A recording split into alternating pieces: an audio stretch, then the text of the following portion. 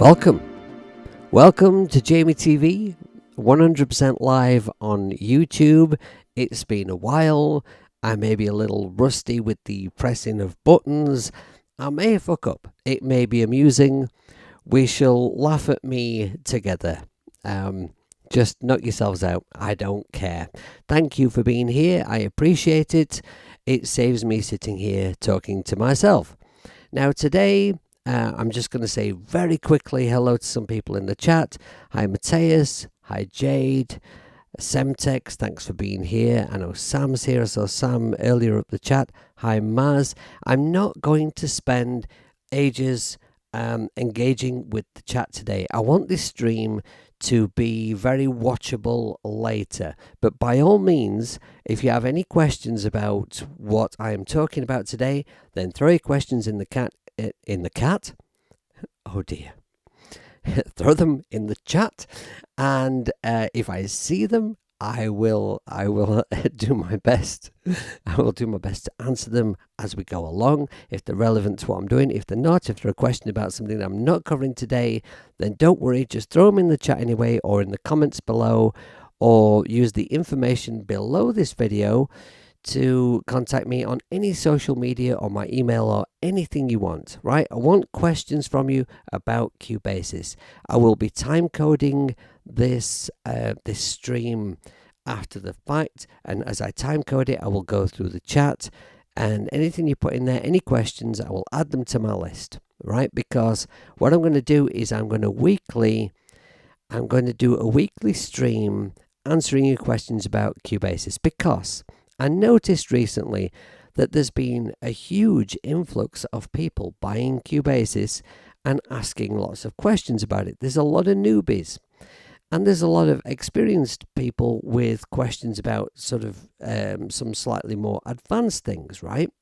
So I thought maybe it's time for me to start doing some videos about Cubasis seriously. Maybe I should sort of go through it, start to finish, and cover everything about the app. But the problem is, with any digital audio workstation, where do you start? You know, where is the beginning of talking about a digital audio workstation? How do you go through that in any kind of sensible audio? So I thought what would be a better approach is get questions from the Cubasis users, right? And then I'll just go through them and I'll answer them, right? And so hopefully that will be some kind of a logical and sensible approach. So I have a list of things, and I'm actually going to start today with a couple of tips of my own. These are things that have occurred to me because I answer a lot of questions about Cubasis in forums online, mostly on Facebook. I look after 2 of the Cubasis Facebook groups. And as I'm looking at people's problems and seeing their projects that they post clips of in the groups, I'm seeing recurring things. So as I see these things, and I can give tips that will help to avoid these problems, right, I will add them to my list. So here is number 1. Let's have a view of the iPad. Right. Where's my mouse? There we go. Oh, there she is. Right. Okay, so you will notice here in my project, if I just do a little bit of pinching and zooming, I have not started my project at bar 1. I never start my project at ground 0 because of 2 things, right? There are 2 reasons for this. I was taught how to use a recording studio. I was very, very fortunate when I was very, very young. I did a bit of work in a recording studio, and the guy who ran the studio taught me how to use it. Now, this is, you know, way, way, way back in the day, like when dinosaurs roamed the earth, because I'm very, very old. It was the days of, we had an Atari ST in the studio, and it was synced up to the tape machine. I learned how to use the desk, I learned how to mix, I learned how to operate the tape machine. I learned how to sync up this very, very old version of Cubase with the tape. And one of the things that the studio owner taught me was never ever start your project here at ground 0, right? Because what's going to happen more than likely is you're going to think of an idea that should have happened before. Maybe the part that you were working on for your introduction, maybe actually that turns out to be a really good verse part, and so now you need to build an introduction before that.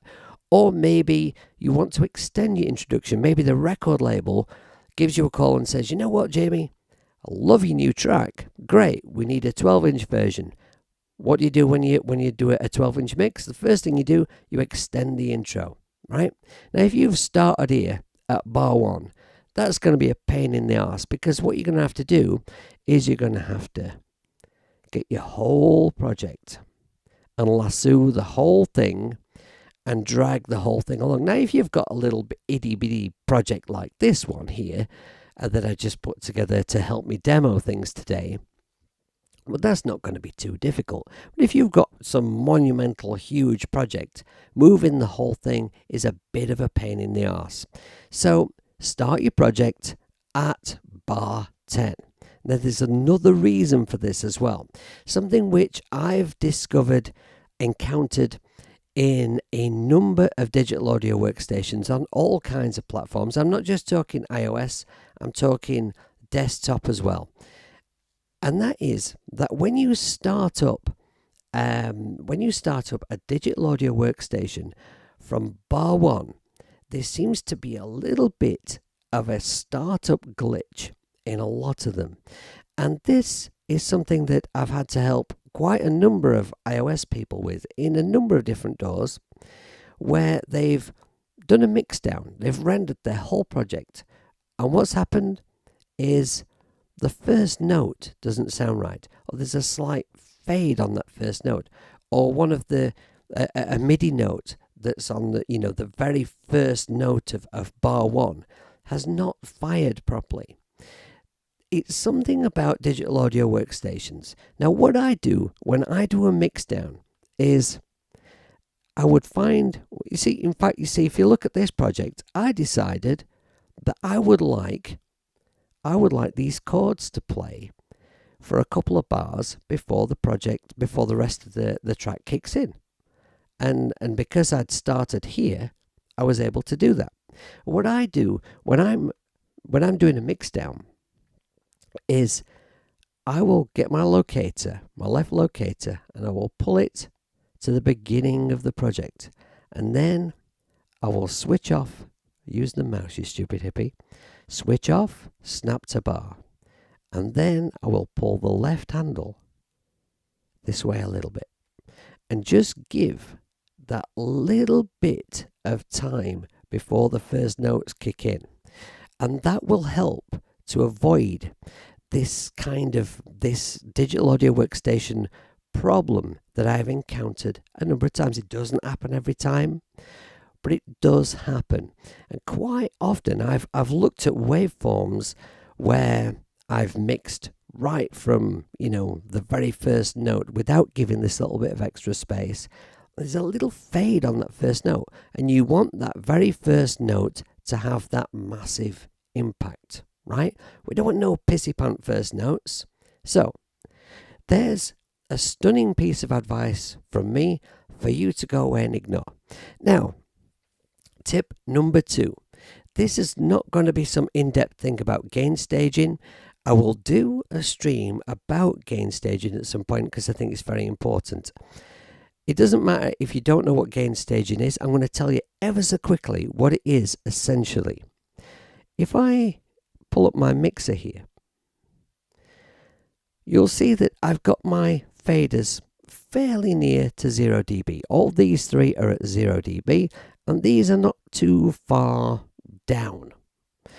Now, the reason for that is what gain staging is all about is if you can achieve this by using an effect or an internal volume on an instrument to make the fader, I'm not explaining this very well.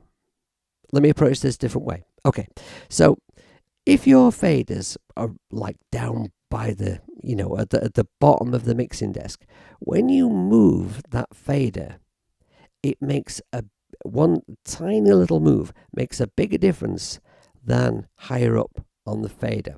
And so if your faders are all up here, it's much easier to mix. Now, you don't have to gain stage. It's not something you have to know.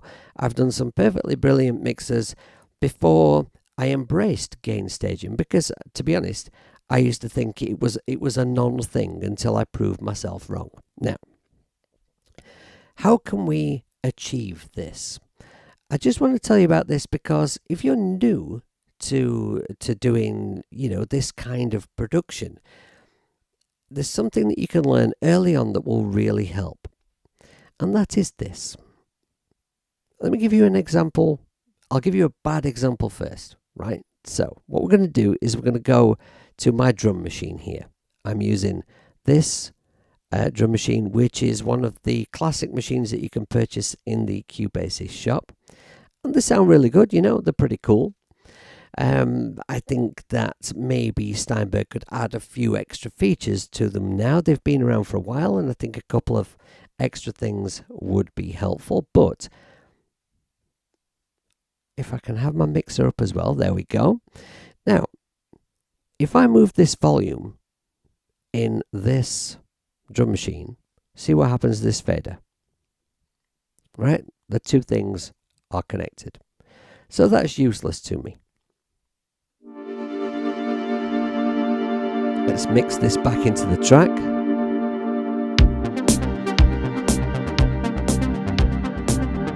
Sounds kind of nice. Hey Mars, thanks for joining us, man. Right, let me show you one that you can use. Let's go to, we'll go to this one. And I'll just start the track from here, so I'm not keeping you waiting around. I'll solo this one. Now, this is a microlog instrument. And in microlog, the volume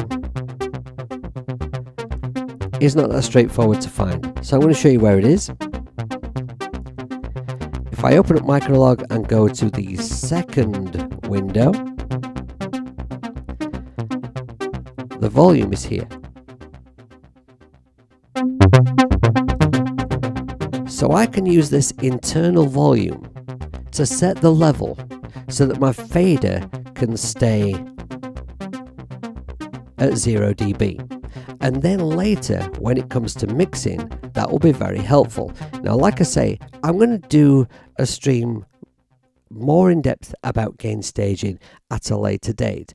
But for now, if you can try and do that with your instruments, or by using an effect, because if you put an effect in your insert effects here, then a lot of effects have a volume output.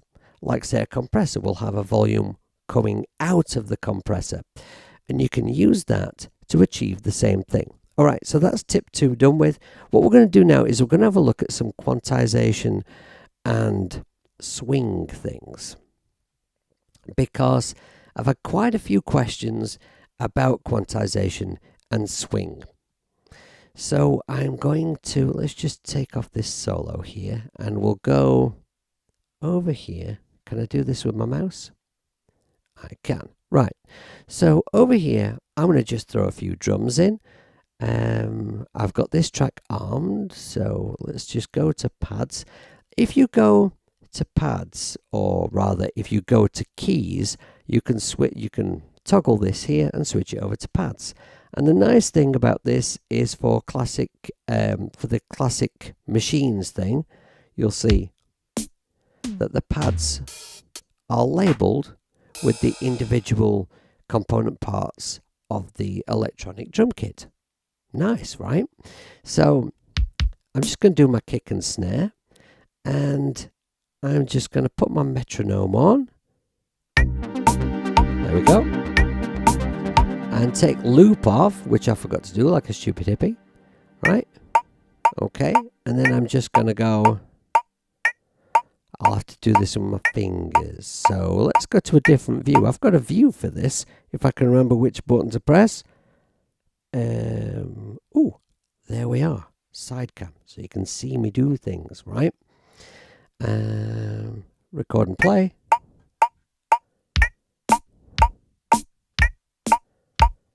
Right, that will be enough for this demonstration here. Now, I go into my MIDI. Now, you'll see my MIDI is all different colours. It's all different colours because those colours represent the velocity of each instrument. Now, for me, when I'm using drum machines, I kind of tend to like the volumes of all the instruments to be the same. It's, you know, like if I'm using something that emulates real drums, that's different. Real drums, I want varying volumes. I want to try and emulate that human quality of playing a drum kit. But for drum machines, I find it a very different thing, and I tend to like it to be nice and even. So there's a quick way to get all your velocities the same thing. If you double tap, which I can do with my mouse apparently, and I only use the mouse for streams, right, so that you can see what I'm doing. I never use the mouse or a keyboard when I'm doing this production all alone here in my studio. So yeah, double tap, select everything. Yes, forgot my place. Hey Leela, thanks for being here. Yes, I'm busy panting around. Then I'm going to tap in the velocity area down at the bottom here. And then I'm going to grab one of the notes and pull everything all the way up to the top. Now all those uneven notes, when I pull back down, they will all be the same level. And now, deselect everything, you'll see they're all the same colour. Right? It's like magic. Now, I'm going to double tap to select everything again. And I'm going to go into my quantize features, which is what people were asking me about. I'm going to just put that strength up full there. We'll cover that later. Now, these notes, let's just come back out of that a moment. These notes should all be, let's see now, they should all be on the 1, 2, the 3, or the 4. So if I've already got selected quarter notes. So if I come out of there and just press quantize, now we should be perfectly in time.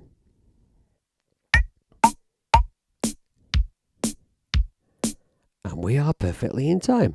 I'm going to come out there for a moment, zoom in on here, and now what I can do is I can trim my MIDI down nice and neatly without losing any notes that were outside of the bars because I'm such a terrible finger drummer.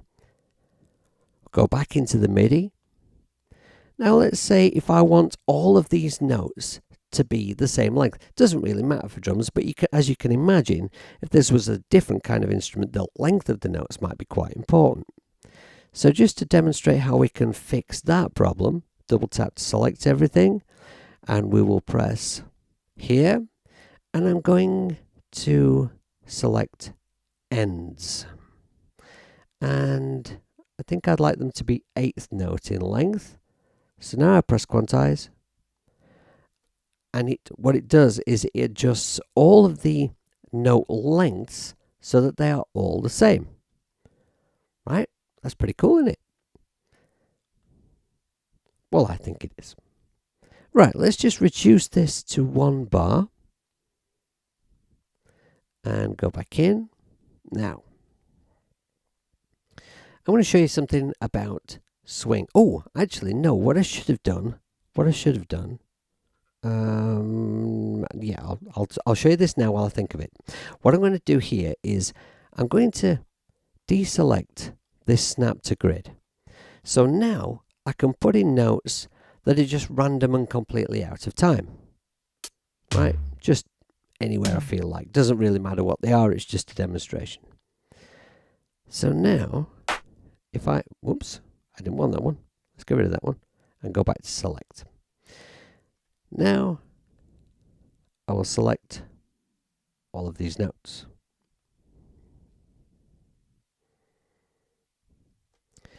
And go back in here. Now, Let's make these notes all snap to, say, eighth notes will be fine. Okay. And it's adjusted the length as well because I didn't deselect that. Look, I'll deselect that now. Probably should have done that before. Anyway, never mind. Now, these have all snapped to eighth notes. If I go and put my grid back on, that will be clearer to see. There we are. And they're all snapped perfectly to eighth notes. But if I undo that, right, so now they're all out of time again, and I go back here, and I'll reduce the strength to, let's call it 70-something%. Now I quantize, and it snapped them to sort of near the line. They're not perfectly in time, they are close. This could be used to create a sort of a human quality, which for me, for a drum machine, I wouldn't want, but for some instruments I would want. You know, piano notes, for instance. You don't want a robotic sounding piano, you want it to be human sounding, even if it's like falsely human. And I'll undo that again, go back to the quantize again, and I'll just bring the strength up so it's like 90 and a bit %. Quantize again, and now that's probably the kind of setting I would use if I was looking for a human quality. It's almost perfect. It's not quite. It's near. Now, I'm going to get rid of these notes here. I want to demonstrate something that somebody was really struggling with yesterday. And hopefully that person will be watching. They said they would. I'm not seeing them in the chat. Maybe they'll watch it later. Anyway, I'm going to go, 1/8 notes, right? And I'm going to put some notage in like this. Right, let's just play that. I didn't loop it, did I?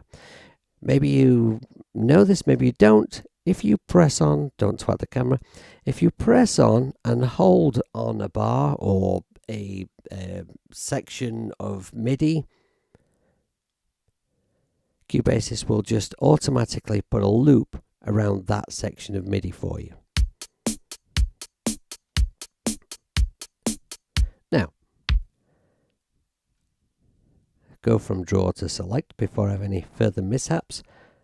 I'm going to select just those hi-hats. I really need to find a better way of positioning that camera because I just twat it constantly while I'm streaming. Anyway, we'll go in here, right? And now we'll put that strength back up to 100 and I'm going to apply swing. Now, the person who was struggling with this, probably quite understandably, had been into this quantization menu, seen swing and thought if I add swing here and then press play, it's going to make these very straight 8th note hats. It's going to make them swing. It doesn't work like that. What you have to do is come out of here, press quantize, right? And now we've got a shuffle. Undo that, and in fact erase all of those. Let's put in some 16th notes, and I'll show you another very cool thing. I need to press draw, stupid hippie. Right. It would be nice if Cubasis had a paint function, so that this would be a little quicker. Go back to select. Right. Now I'm going to select those hats again. So we've got 16th notes, right?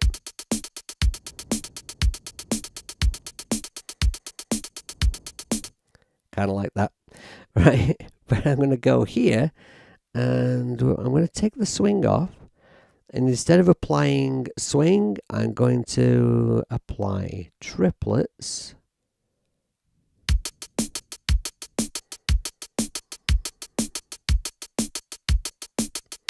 Now I'm going to leave that there. I think I've shown you enough just to show you what you can achieve by, if you imagine what you could do with those functions, just going in, throw some notes in. Because, I mean, I tend to have a very clear idea in my head of how I want my percussion to go.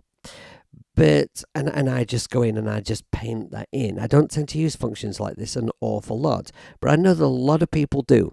And you can imagine using these functions, you could literally just go in there, throw some notes in and just pissy pants around with those quantized features and what's in there, and come up with some interesting, sometimes terrible, but sometimes interesting and very usable ideas.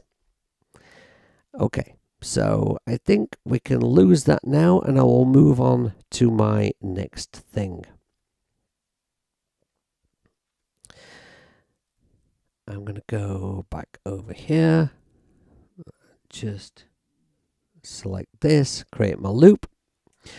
Okay, next thing on my list is inserts and sends, right? So in Cubasis, like any other digital audio workstation, we can add effects to our instruments, but we can add them as an insert and we can add them as a send. And not everyone understands the difference between an insert and a send, and I've seen people come a cropper plenty because of this.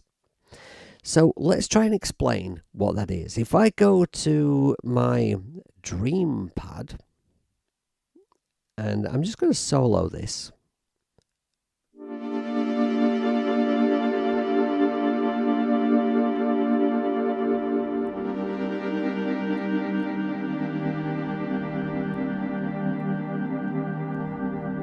Alright, sounds pretty nice, doesn't it?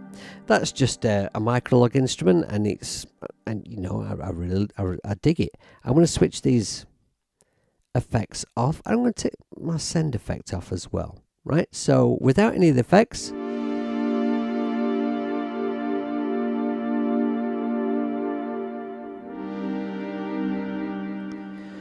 okay, now when you apply an insert effect, what you're doing is you are applying an effect to just that instrument. So when you're deciding insert or send, if it's an effect that you might want to send a number of instruments to, it's going to be a send effect. An insert effect is only going to be applied to that one instrument, and you have no way of routing any other instrument to it.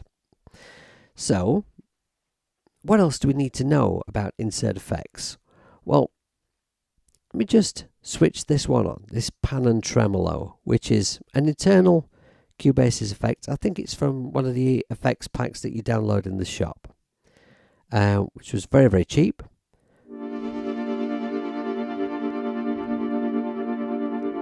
I'm just going to exaggerate this by turning the mix up full.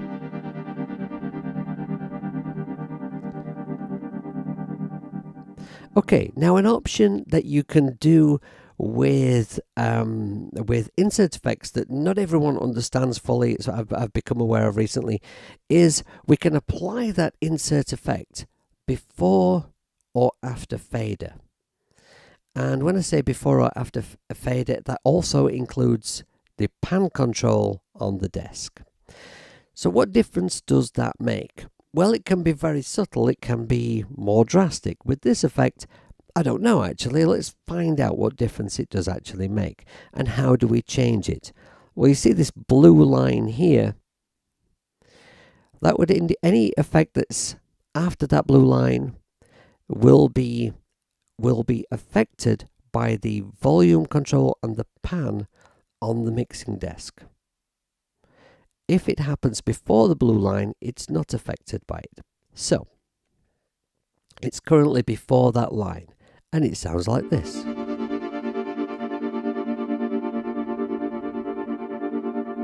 Now I'll drag it to after.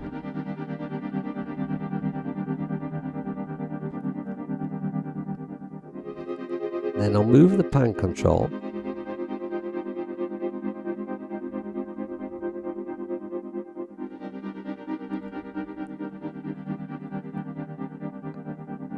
And then move it again. Now you can hear on this effect, there is a difference. It is quite subtle. I've got 3 effects here. Let's just move them around a little bit. Try some different options.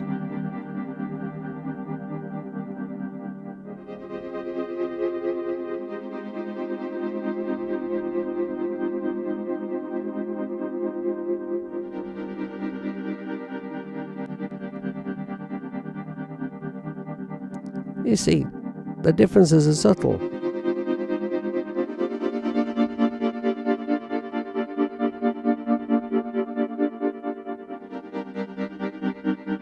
But there is a difference, and so it's well worth knowing about that and playing around with it. Now, send effects. To understand send effect, actually, let me just drop this. I was very happy with how that sounded before. I just want to drop that back in the mix before I forget.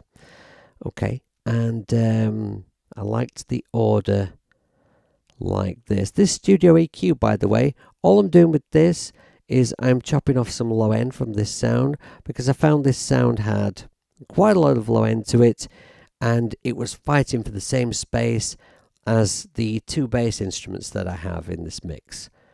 So I just chopped off some lows and it improved everything quite drastically. Yeah, I think I liked that order like this. There. Yes. Okay.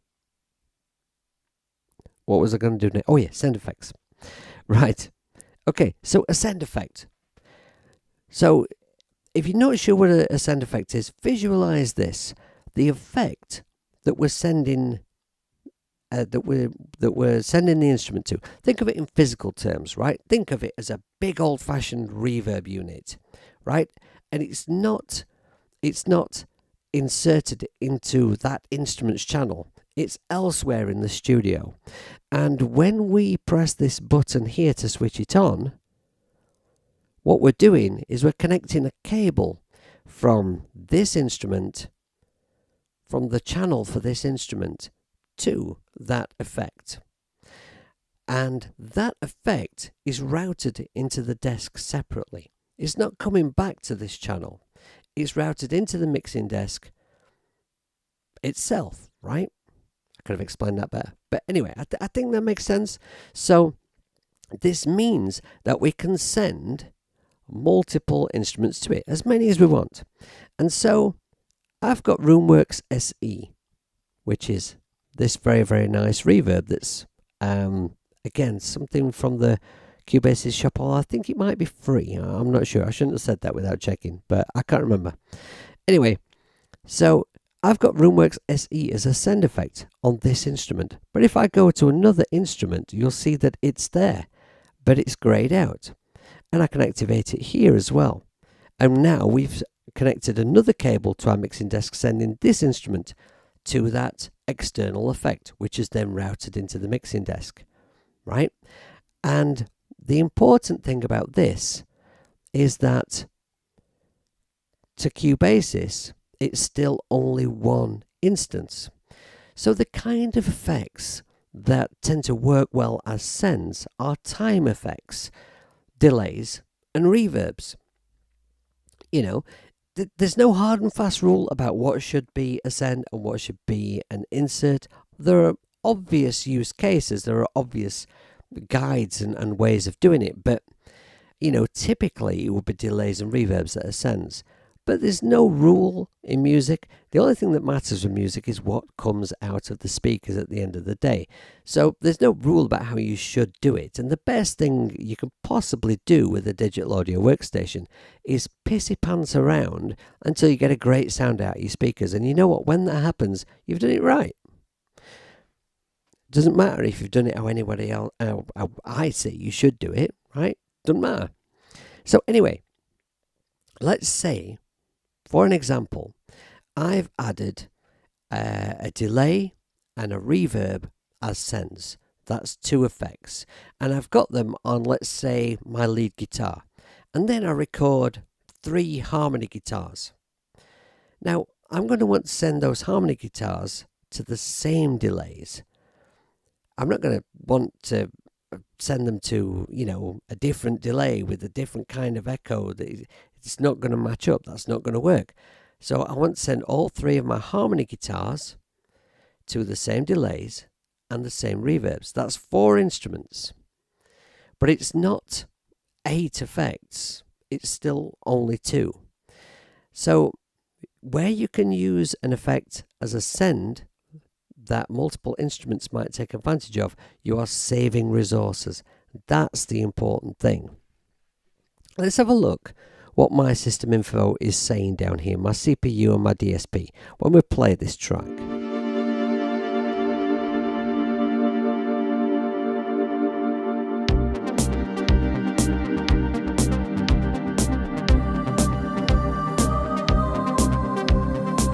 Okay, so it's saying CPU 4 to 5% and DSP somewhere between 5 and 11. That's quite normal for it to, rapidly shoot up and down like that. My busiest track in this project, the one that's using the most resources, is this Dream Pad because it's got a few effects on it. Now, a battle I'm always having with people that I try to help in forums is when I'm talking about freezing tracks and rendering things to real audio and what the value of that is. One of the helpful things about it is it's a resource saver. Now, some people have a little bit of difficulty understanding what I mean by real audio. Well, at the moment, nothing in this project is real audio. Everything in this project is MIDI, which is simply triggering instruments, and they're all Cubasis instruments at the moment. Now that takes a certain amount of resources. These internal instruments, these Cubasis instruments, none of them use masses of resources, admittedly. But if we're talking about some AV3s, as I'm sure most of you know, they can be quite the resource hog. And if I added a few Moog instruments, for instance, this DSP would be shooting up. So one of the values of changing your MIDI and your plugin or AV3 to real audio is that it saves on resources. Real audio uses the tiniest amount of resource, not like MIDI and some instrument. Could have explained that better as well, but I think you know what I mean. You get the point, right? So what is real audio? Well, real audio is where you're seeing a waveform here. Let's press freeze here. Right, we'll render that track, and as you can see, I have now got some real audio here. And this track is now frozen. So this instrument and the inserts and the send that were on that track are now no longer draining resources. So if I press play now,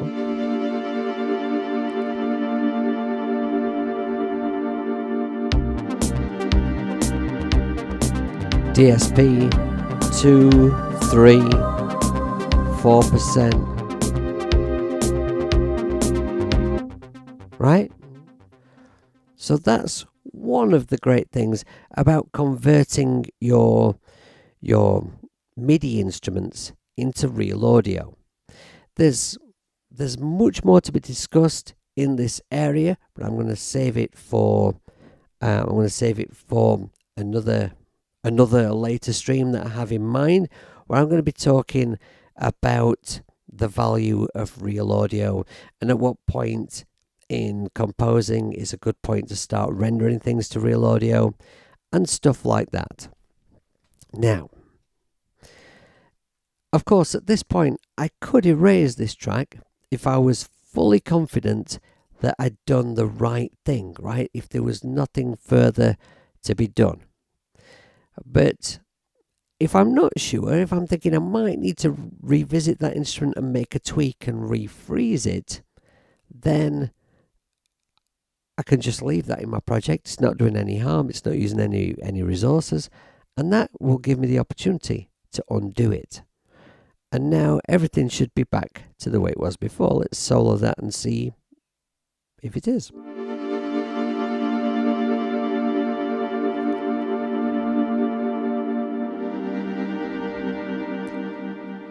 And that seems to have worked. Marvellous. Now, let's move on. I am going to revisit the real audio subject at a later date, as I say.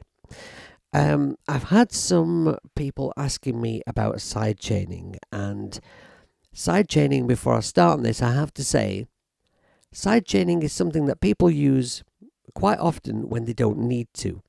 I think what's happened with sidechaining is that a lot of YouTubers a while ago got very excited about sidechaining and did videos explaining how it's done. And it's not an easy thing to explain, I have to say.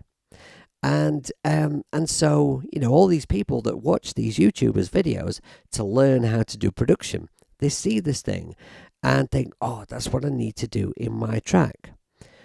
The thing is that what a lot of these YouTubers failed to do in their videos is tell people what the use cases are. Why do you need sidechaining?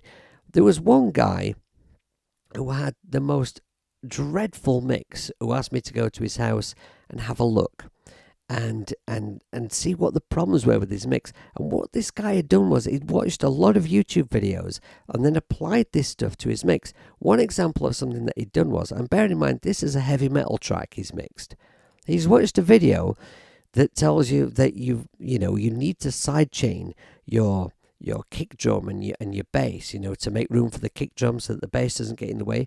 But this was like an aggressive electric bass in an aggressive metal track, and it got this sidechaining set up, moving the bass out of the way, and you couldn't hear the bass on the beat, you could only hear it on the offbeat, which sounded, for a metal track, it just sounded horrendous. It was awful. So yes, it's great to know these techniques. It's also important to know when you can use them. What I'm going to do is I'm going to show you some sidechaining, but I'm not going to do the whole moving a bass drone out of the way to make room for the kick drum. I'm going to show you a different use case, a different way that you can use sidechaining, but at the same time show you how it's done in Cubasis. So what I will do is with this dream pad here, I will, best way to approach this, let's say,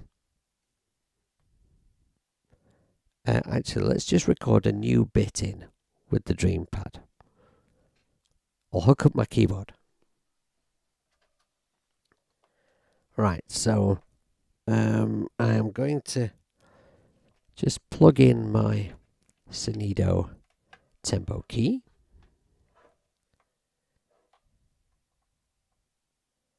And now if I unarm the drums and arm the dream pad, well, it was a nice chord. Great that, Jamie. Okay, and we'll just put the metronome on, and I'm just going to record a couple of chords that I can use for this demo.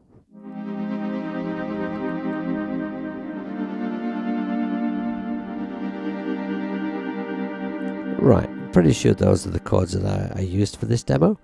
Can't really remember. Okay, we'll press record and let's just do it. Oh, I forgot to take loop off again. Right.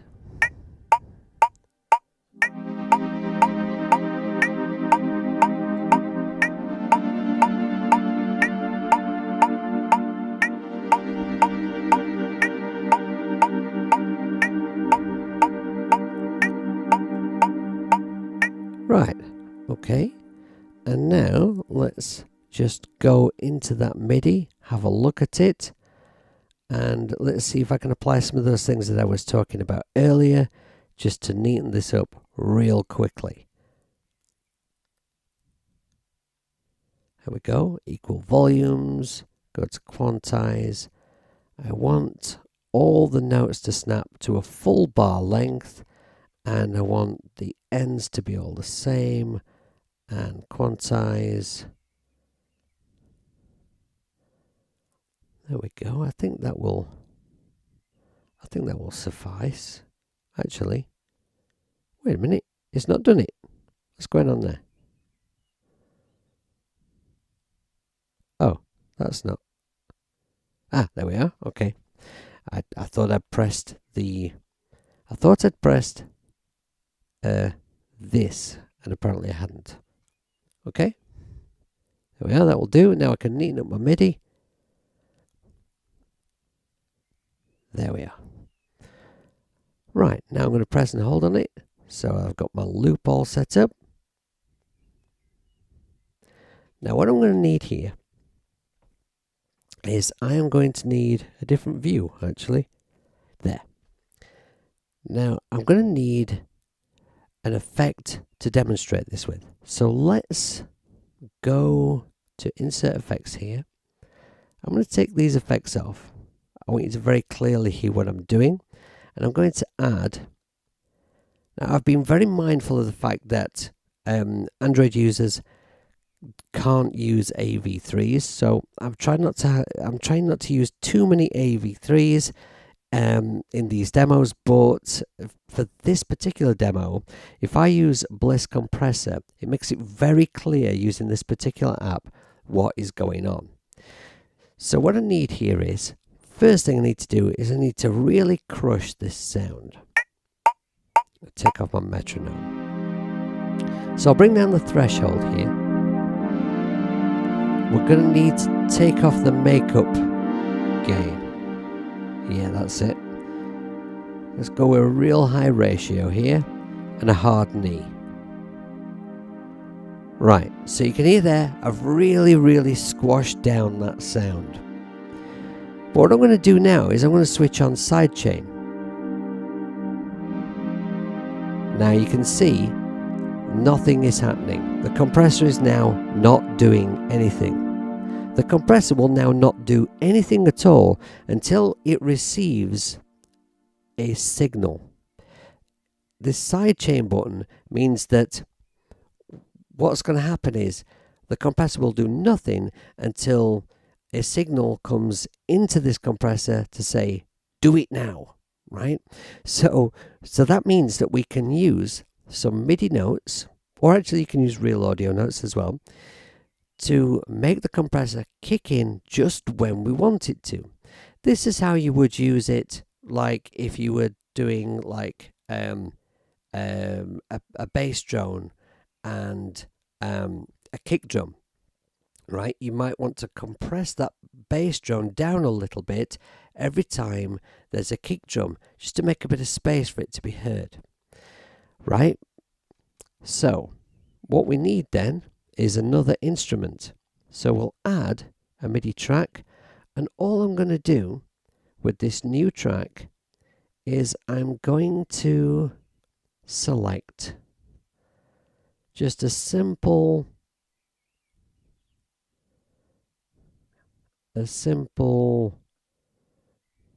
microsonic instrument,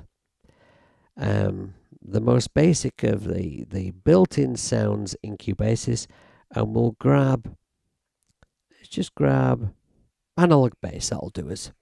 Doesn't really matter, to be honest. Now I'm going to create a MIDI part for analog bass, and I only need it to be a bar, and we'll just throw a couple of notes into it. So let's say here, maybe there, and maybe there. I don't know. It's just a demo, right? So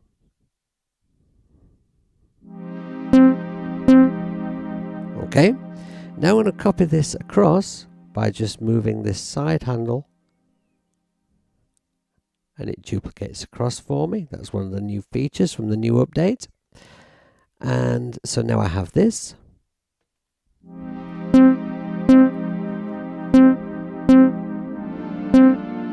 But I'm going to mute that track because for this to work, we do not need the instrument to be audible. It just needs to be sending a signal. Now I go back to the Dream Pad and I go to the compressor, and here, this is the sidechain input button, right? So I just select what instrument are we listening to? Where is the signal coming from? I select the analog bass.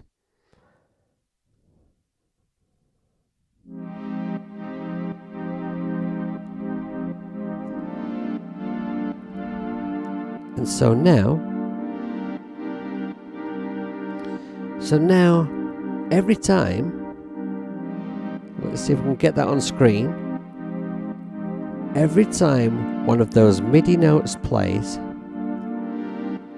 even though it's not audible, it's sending its signal to this compressor via sidechain and making the compressor kick in.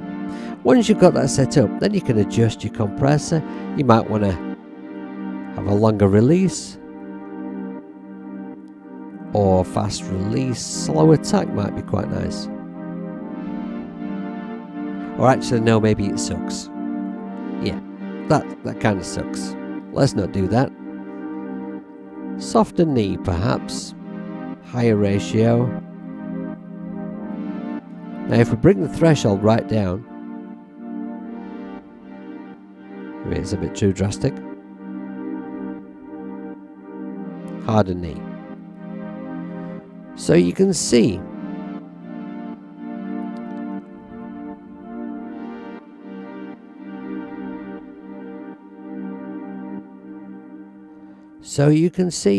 how you could really make an instrument pump, right? You can see how that could have, if you sort of, just let your imagination run with that, you can see how that could have all kinds of great creative uses.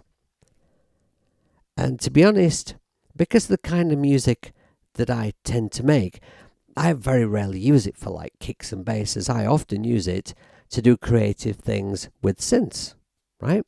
What's Matthias saying? Jamie, we can see on the side screen that you didn't watch the newest Jade video. Disappointing. That would be on my iPad over here. The old iPad, very old iPad, that is an original iPad Air that I use to watch the stream while I'm doing a stream. It's about all I use it for now. It doesn't really have any other uses very much for me. And I've just found out today that I can't download the latest version of the YouTube app on it. So I'm actually watching it in the browser. And no, I haven't seen that video by Jade, but I have got that one earmarked to watch because I'm very interested in that particular app. I love Audio Thing apps, and yeah, that's one I definitely intend to get. Now, have I got time to do another quick thing, or have I not really got time to do? I think I've got time to do one more thing on my list because it won't take very long, this one. All right, so let's say I'll tell you what I'm going to do. I'm going to freeze this track again. I'm going to freeze the Dream Pad.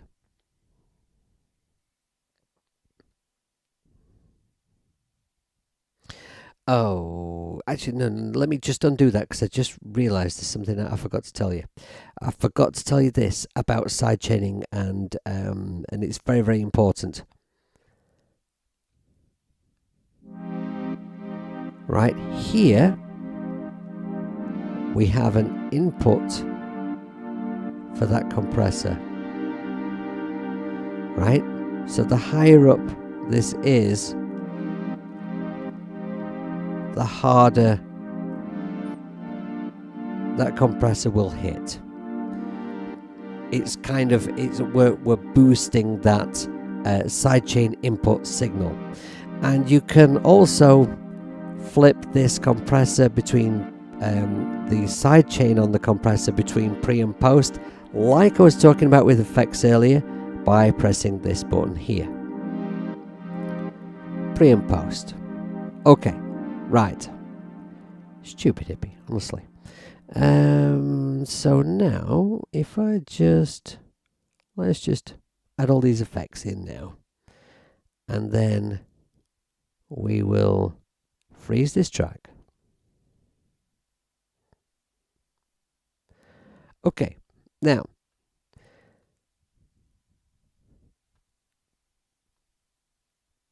solo dream pad.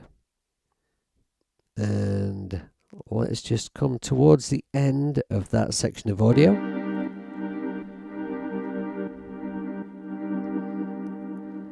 Okay, now that audio fades out gradually of its own accord. Well, let's say I want that fade to happen earlier. Drag this in. I want it to fade out by here. So I just grab this handle and I drag it down, and then we get this.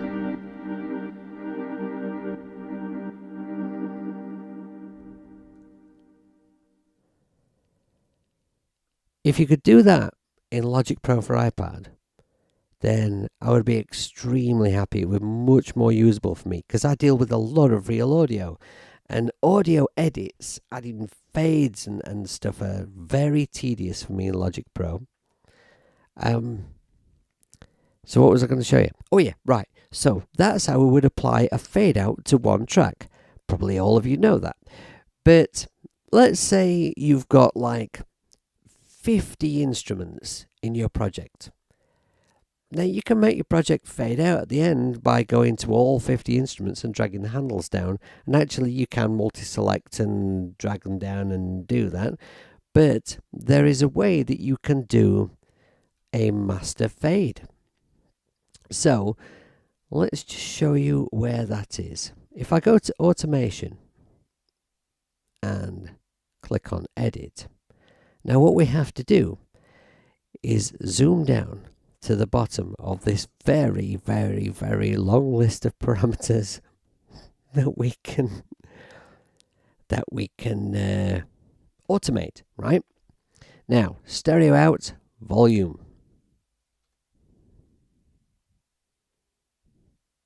At what bar do I want that to fade out at? I should have looked at that. Okay, I want it to start fading out at bar 36 and fade out by about bar 38, something like that. So, here's bar 36. I need to select my pencil to draw, and I'm going to add a node. Now, I don't know if these little white crosses are actually supposed to be called nodes. It's what I call them, because it's easier than saying little white crosses. I'm going to go back to select, and then what I want to do is drag this cross, because when you add your first one, right, that's going to affect the volume of the whole track. The whole track was at 0 dB, so I'm going to just drag this, which seems to be impossible to do with my mouse. There we go. It's just close enough to 0 dB, that will do. And then I'm just going to go and remember to click off of that, because automation, as pointed out by a few people who've been asking me questions, can be a little tricky in Cubasis. It's a little bit finicky, I think is the correct English word for it. I don't know if that makes sense anywhere else, but it's a bit fussy. You have to be very careful with it, but you get used to it. It's like any other DAW, you know. It's kind of a little bit quirky in its own way, but you get used to it. I do think this is an aspect of Cubasis that could be improved, though.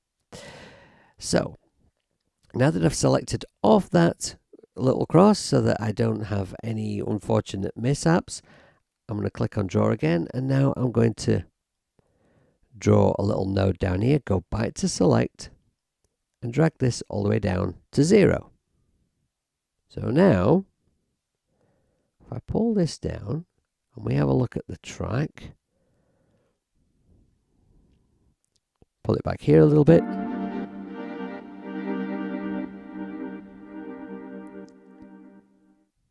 And then we've got a master fade, right? It's not particularly brilliantly done, actually, but, it sort of demonstrates how you do it. And when you do it in your project, just do it a little bit more, just do it a little bit smoother than I did it just there. So if I open my desk, right, you will see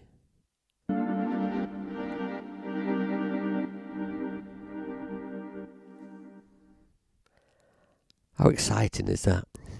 That's great, isn't it? Now, I think that automation is probably something that I should do a full stream on. There's a lot that I could show you, but maybe just showing you that gives you some ideas. So before I go, all I'm going to do is I'm going to show you a quick shortcut to automation stuff that I use a lot. Because if you noticed, when we were looking down that list trying to find out where the master volume is to automate, right? This is a long list of parameters. And if you're looking for something specific, like you're looking for an insert effect that you've put on channel 19 and you've got several effects on that channel and you're looking through a billion parameters, and it's very tedious. And I've not got time for that. I haven't got the patience for that. But I found a great little sort of shortcut to that. I need something to automate. What shall I automate? I know what I'm going to do. I'm going to undo until I've got rid of this master fade out. Okay. Now, to this audio that I've created here, I'm going to add an insert effect, and I'm going to choose, I think it's an internal effects. What am I looking for? I'm looking for filter. Right. Okay.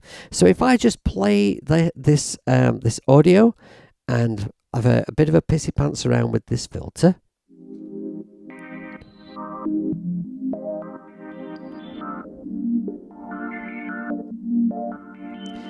I could do that all day. That's just great fun. So now, if I was going to go down that long list to try and find where I automate parameters for this filter, that could take me like 80 billion years. So this is my shortcut. What I'm going to do is, in Spin Effects here, I'm going to activate read automation and write automation. Now, I don't have to press record or anything. All I have to do is press play. Right, so I'll press play and then I'll have a pissy pants around for a few bars.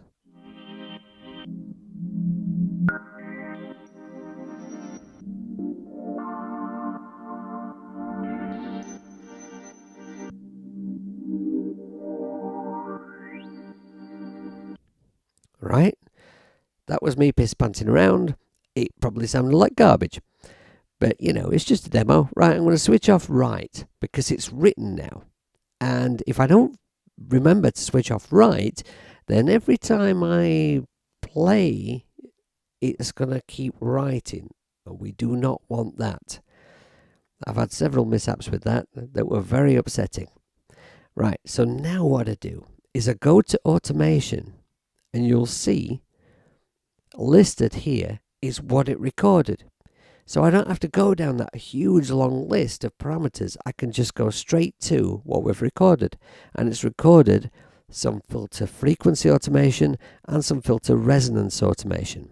So let's just go into frequency here, and you can see all those magic little nodes which indicate what I did, right? Let's just play that.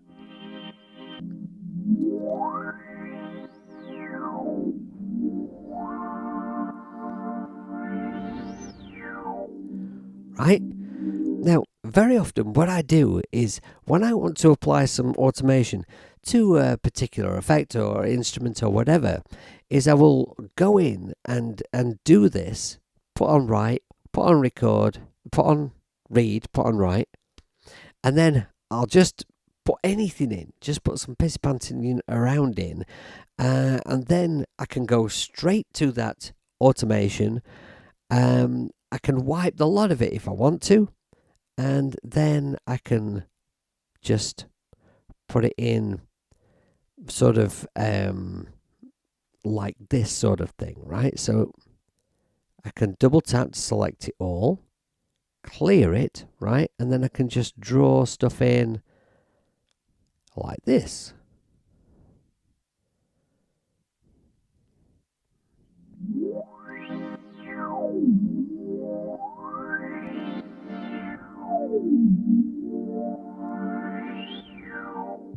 Right? And I can sort of, spend a bit of time with it and just get it exactly how I want it.